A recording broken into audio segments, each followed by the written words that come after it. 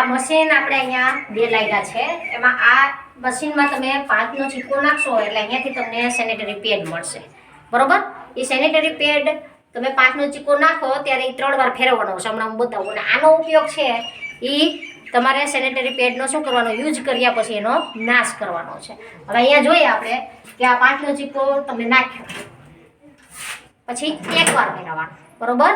પછી 2 વાર સિક્કો ગયો, પછી ફરી પાછું 3જી વાર, ફરી પાછું 1 વાર આવી ગયું, કલેક્ટ થઈ ગયું. હવે જ્યારે યુઝ થઈ જાય ત્યારે એને આ મશીનમાં આપણે એને નાશ કરવાનો છે. આ ખોલી અને એમાં નાખી દેવાનું, બરોબર?